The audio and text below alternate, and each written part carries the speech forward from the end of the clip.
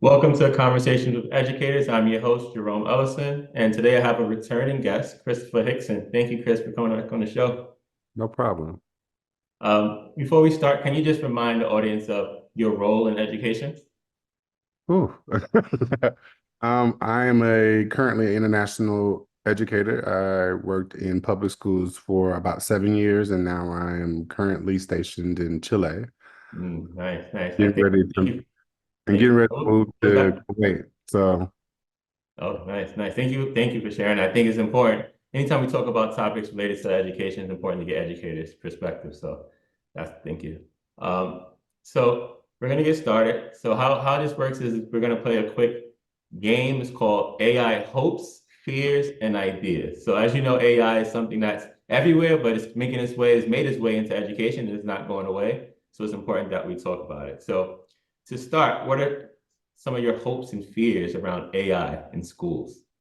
well, first, I want to say that AI is not something that is shouldn't be looked at as a scary thing. So my hopes is that we don't make the same mistake that we did when we innovated the first time in education, going from paper to computers, Mm, a drastic change for educators. So my hopes is that educators embrace innovation and embrace AI as it's going to be a part of our life going forward. mhm, My dreams is that kids are able to really see the impact that AI will make on their life and make it easier for them to have accessibility to education and have the same level of education across the board. mm. Um, but that's a big, big, lofty dream. And let's talk more about that. Let's talk more about that. So, starting off with your original comment about in years past when we switched from paper, a lot of paper and pencil work in schools to computers, what do you think caused the problem there with us not adopting it? And then how do you think that can be similar to like what people are with AI right now? How does that parallel work for you?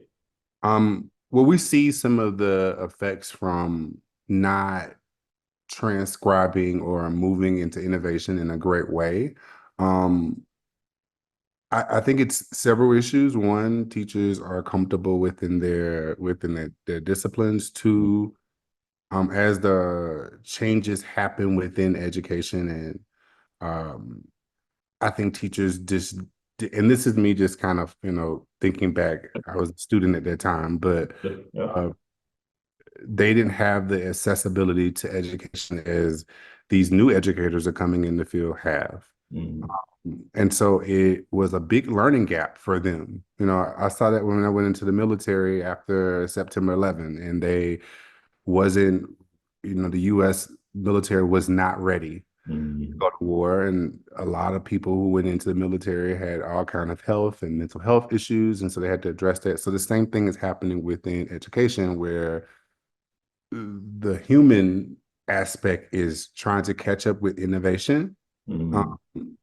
my, I preference my fears based off of, um, a lot of the foundational stuff that's needed within education was lost mm, or compacted into a way um, that wasn't beneficial for educators. I'll give an example: civics.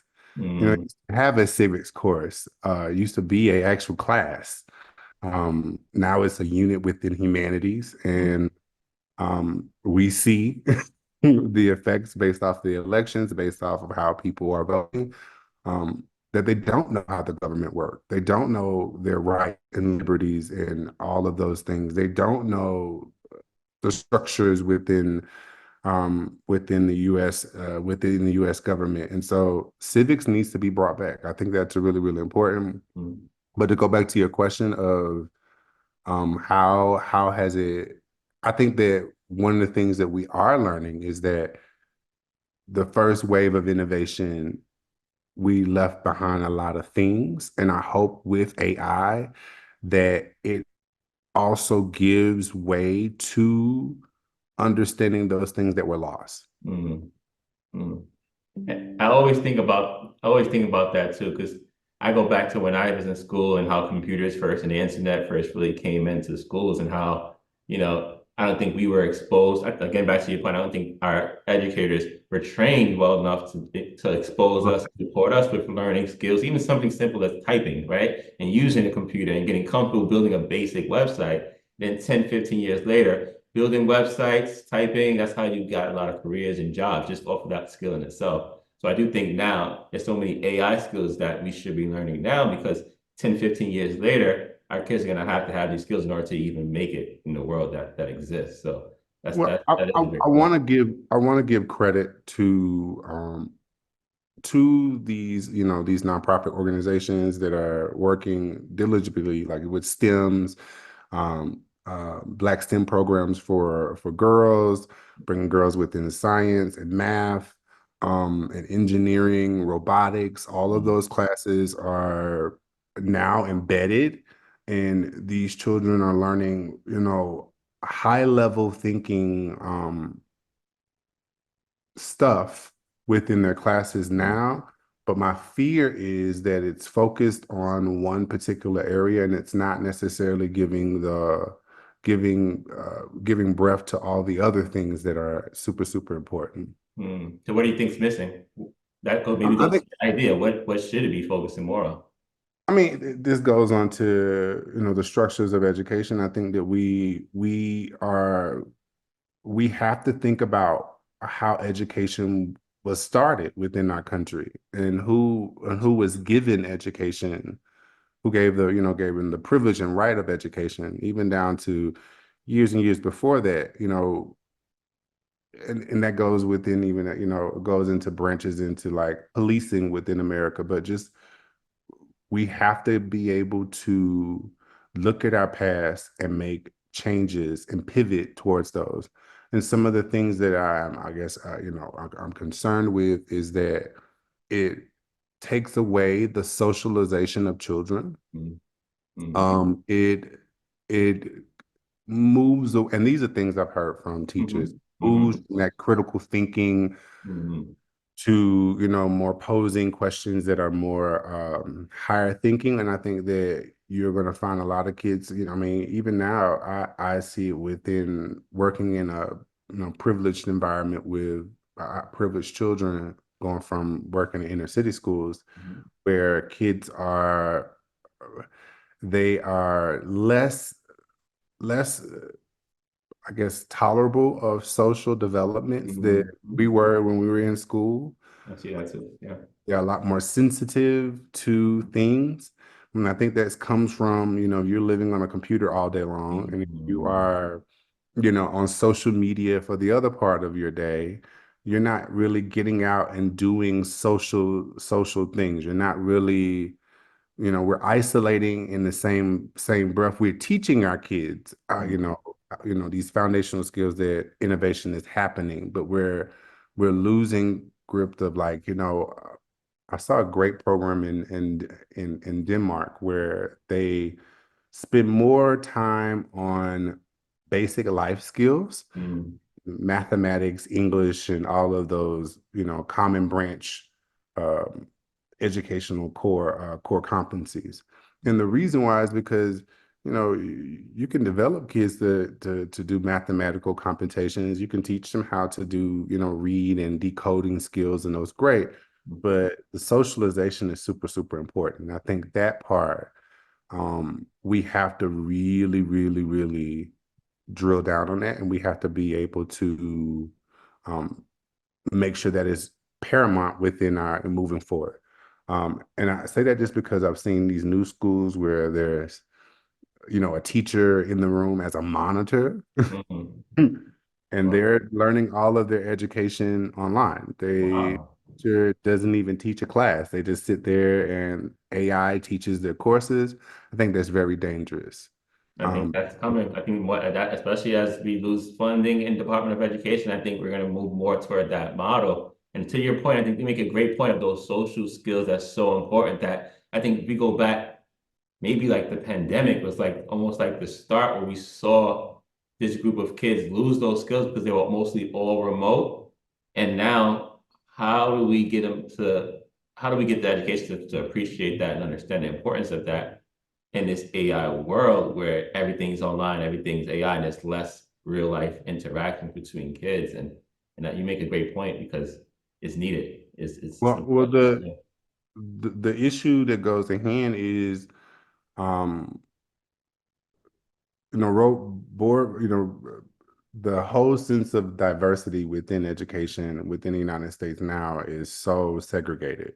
Mm, Um, there's a lot of private owned entities that want to invest in education, but I guess the devil is in the fine print, um, mm, in the sense of they have no interest in educating their kids. They have a whole lot of interest in, you know, branching these programs that are AI driven, they are independent. Um, and so I wonder how the COVID epidemic kind of fast forwarded those types of things.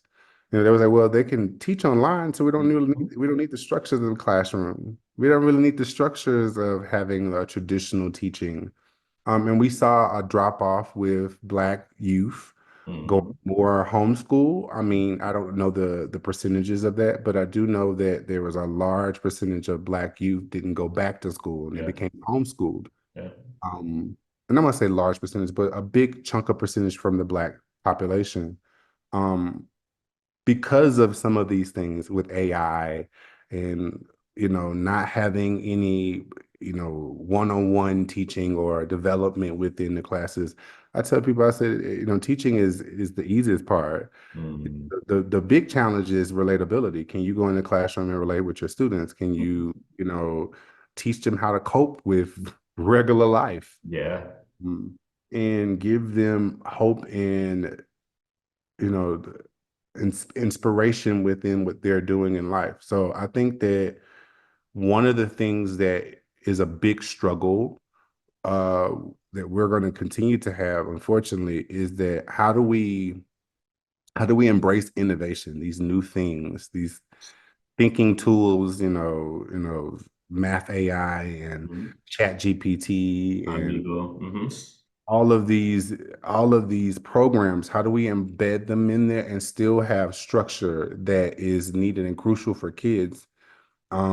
I'm seeing some of it happen on an international level, Yeah. Uh-huh. with different schools and with the IB programs, with Hmm. them changing over from a grading system to a standard-based Yeah. system. I'm at an IB school myself. Yeah. And the big reason behind that is not because they want it. They know that AI is really doing all the data for them, is analyzing the data for them. You no longer have to go and analyze where a child is. You Nope. can just click a button and it does it for you. Yeah. So, you know, I encourage my other educators to really embrace this. Be cautious within the embracement of it. Mhm. Embrace the idea that AI is going to be a part of the curriculum, the fabric of the curriculum. Mhm. I think a good thing to do is get in front of it, Mhm. instead of trying to like marry things that don't exist, and don't make things obsolete. Like Mhm. I don't think we need to make certain content areas obsolete. I can talk from a standpoint of structures of that classroom structures have imploded. The number of students in classrooms have imploded within public schools. Mhm. And so, their easiest response is that, well, we can just use AI. We can we can double up the amount of kids within class because Mhm. you don't have to do as much work. And I'm like, but that's not true. No. That sounds great in Sure. thinking, Yeah. but in practice, you still need to have educators on the ground doing the groundwork. I say that all the time. It's like, to your point, you said teaching is the easy part. It's like building relationships and connecting the kids and inspire them is the difficult part. But sometimes that impact, it can't be measured so easily with the data, right? So it's like the things that you can measure with the data, yeah, AI can have great impact and measure it and assess it and target it. but the things in terms of building relationships, supporting students with mental health, connecting with students and building that social emotional piece there, AI is not able to do that. Only human beings can do that. And we can't lose that as in the field because that's really what pushes kids and allows kids to feel supported as they go through the school system, Right. you know? Oh man, that's great. Any final thoughts before we end? My final thoughts is that, you know, I think that the fear of AI um, is really having causing hesitance with teachers. As a lifelong educator, I always say that, you are just as good as your students, meaning you should continue to learn and grow just Mhm. as your kids are. You don't get your master's degree and do all the certifications and then voila, you're done and you're the expert in the field. Mhm. No, no, no, no, no. It starts with having a mindset of like, okay, how can I enter this in my classroom? And I did a big, huge. I discussed AI with my school Mhm. briefly through a training, and I showed them how you can integrate these tools because they are tools. They're Yeah. not, they're not the solving the problems, the intricate problems that happen within in education. I Mhm. think that we need to use it as a tool, show the children how to use these tools instead of hiding it and saying, "Oh Mhm. no, no, you can't use AI," frowning upon it, or because kids are going to do it. They're It gonna do doesn't, it regardless. The you more you know. hide it, the more they want to use it. It's like when you try to hide something from kids or censor it, they're gonna want more. It's because interest is gonna And be I, and I more. think one of the things I had to really kind of drill down to educators is that AI, this is the first iteration of AI. It's This better and is better the not more people use it. like it is getting better, it is getting a lot more smarter, it Mhm. learns from you. So you rather be coupled with this and understanding that this is going to be something that eventually will be a powerhouse within education, I believe. Yep. I'm going to go from that secondary stance of what it is now to a big critical role within education. And so I think that the biggest thing I would say to people now is educate yourself. Learn about the tools. I use the tools in writing lessons, writing correspondence. I use it within classrooms. I also tell them like, don't be afraid to have kids use AI within the classroom.